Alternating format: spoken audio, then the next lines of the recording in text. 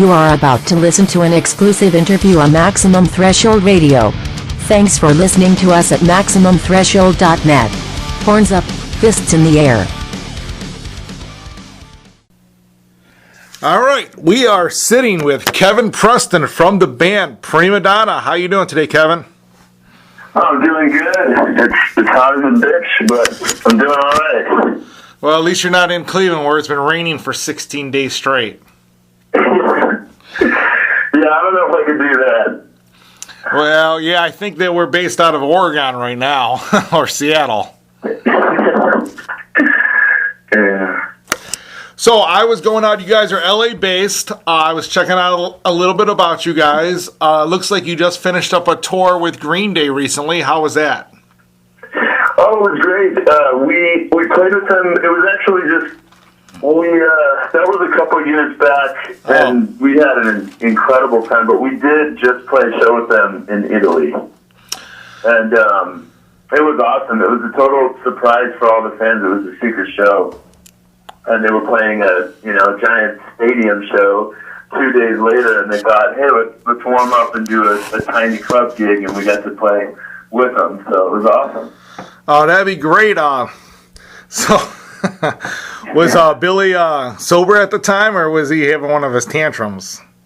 Totally sober. He's just got a really positive outlook, and he's got more energy than anybody I've ever seen. Kind of always has, but now even more so. They planned to just do a couple songs. They ended up playing for close to 2 hours, in a club. It was awesome. Well, that's pretty cool. Did they? Well, I gotta be honest. Sometimes the bigger bands ignore the little bands. I'm not saying that you're a little band, but sometimes they don't. The opening bands they don't really connect with that. So when you've played with some of the bigger names you've played with, do they come and check you out backstage, watch your sets? What's the story?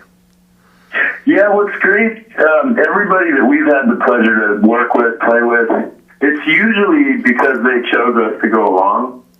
So, luckily, some of the bigger acts we played with are usually fans, and that's why we get to do the shows in the first place. And Green Day, definitely, that was the case. We hung out with them, on days off, and pretty much every night at the shows when they had time.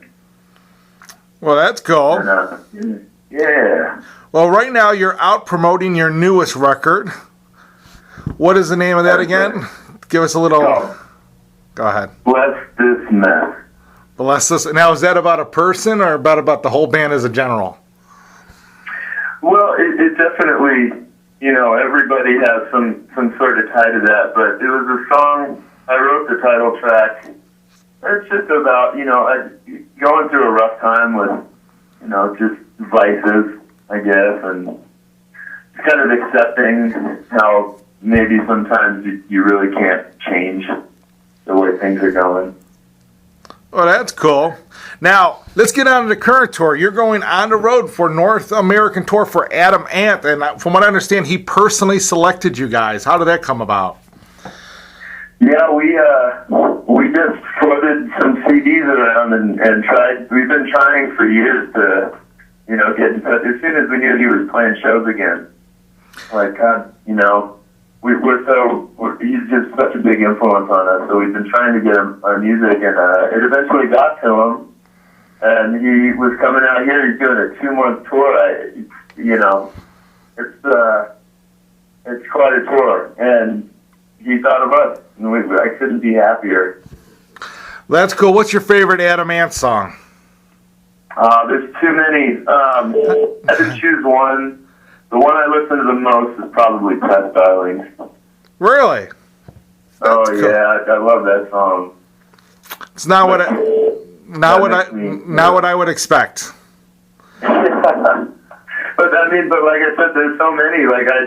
Viva La Rock is probably my favorite Adam Ant record as a whole.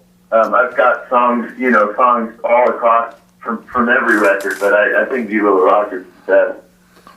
Now, if you could redo in your own version any artist song out there, what song would that be? Your own version, your own take of the song.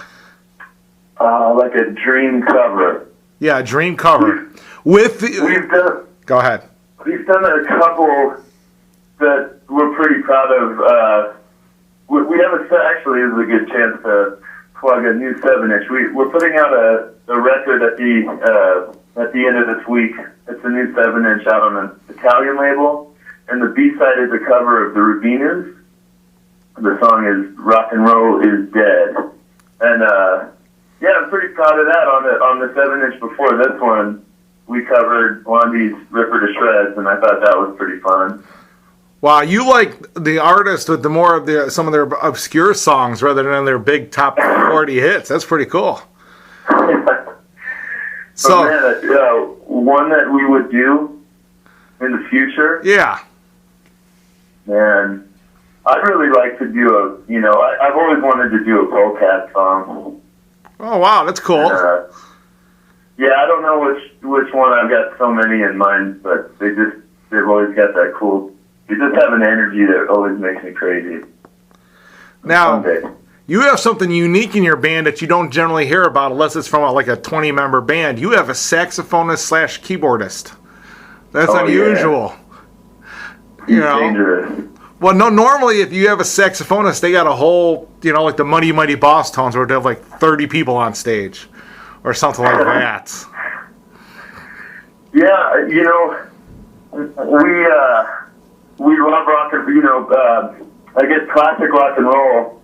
Saxophone was a featured instrument. 50s and 60s, there was a lot of saxophone in the rock and roll, and especially the 50s. We wanted to bring that back, and we started out doing a lot of Sonics covers when we were just rehearsing in a garage, and that definitely, we were like, well, saxophone's got to be a featured thing. And Aaron he's a killer. So he can do, he wails on the sax and he plays the piano like Jerry Lee Lewis, and, so it's we got real lucky.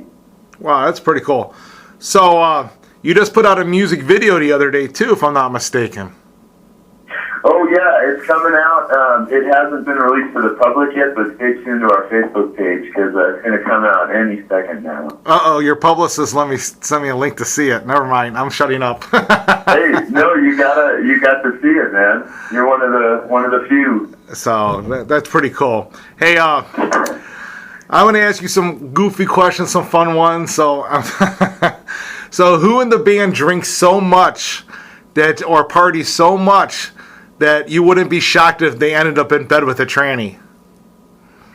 Oh man, I'm gonna have to say everybody on that one. I couldn't really pinpoint that. I mean, that's a tough one. Not that we're totally proud of that, but I would say that could be anybody, really. Well, come on. You're living the life of Riley. You're young. You're a musician. You get to go on the road with some of the biggest acts ever in the music field. You're living your dream, and I respect that because, you know what? For every band that's where you're at, there is probably 100,000 they're trying right now. So. Hey, well, thank you. And I know it wasn't overnight. If I'm not mistaken, the band has been around since 2003, if I got my numbers right. Yeah.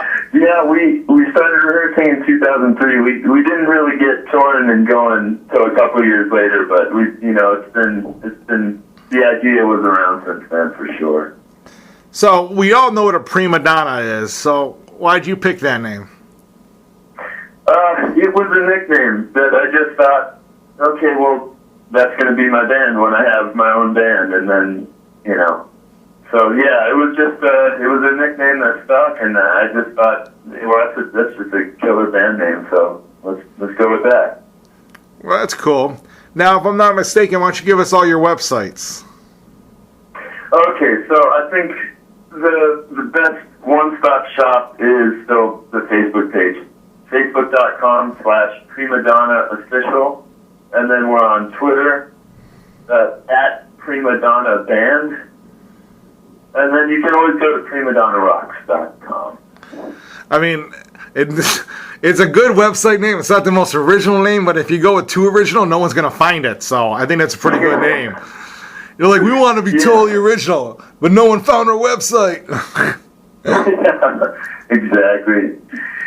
So, hey, has there been a celebrity that you stumbled upon that actually was listening to your music, like they mentioned you in a Twitter comment, or, you saw it in an interview or you saw it in the background? I mean, anything that shocked you like that yet?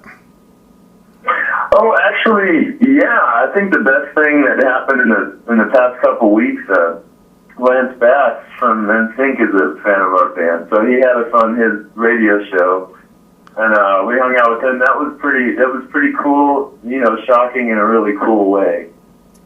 That's cool. That's very cool. Yeah. Well, what I'm doing is let you know if everyone wants to go to the one, the only Prima Donna Rocks, they can check out all the tour dates with Kevin and the rest of Prima Donna. Opening up for Adam Ant, for a fact for our listeners, because we're rebroadcasting 40 markets. They are starting, looks like, off on the West Coast and working their way east, if I'm not mistaken. That's right. And I believe the tour starts next week. Yeah, next Wednesday in San Diego. And it pretty much goes, you know, you could drive. We're not going anywhere that you couldn't, no matter where you are in the U.S., I'm sure we're playing somewhere that you could drive to. And for Ohio fans, I know for a fact they're playing Columbus and Cleveland, but I'm not sure about Cincinnati. So, but you guys are playing everywhere. I don't know. I don't know if they are, but you guys are playing Columbus and Cleveland. So, and the rest of most of the United States. Adam doesn't tour that often. He really doesn't. So everyone needs to get out and check out this tour and see this great up-and-coming band, Prima Donna Rocks. Kevin, I'm going to have you do a station promo for us, if you don't mind. No, I don't mind at all. All right, we're going to have you state your name, the band you're with, of course, and just that you're listening to Maximum Threshold Radio. Okay, Maximum Threshold Radio, yeah. Okay, you ready? We are ready. This is Kevin Preston of Prima Donna, and you're listening to Maximum Threshold Radio. Yeah!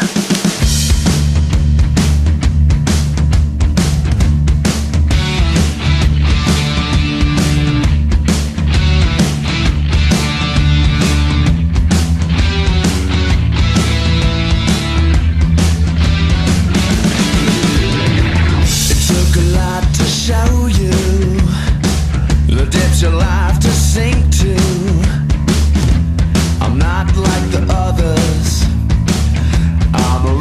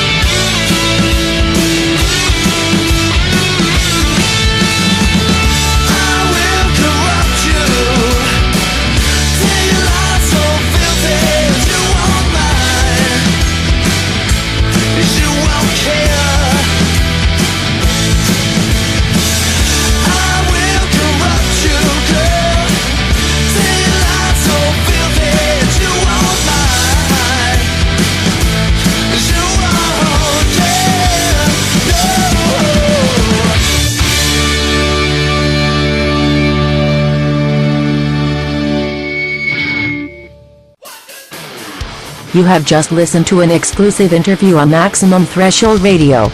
Thanks for listening, and please visit us at MaximumThreshold.net.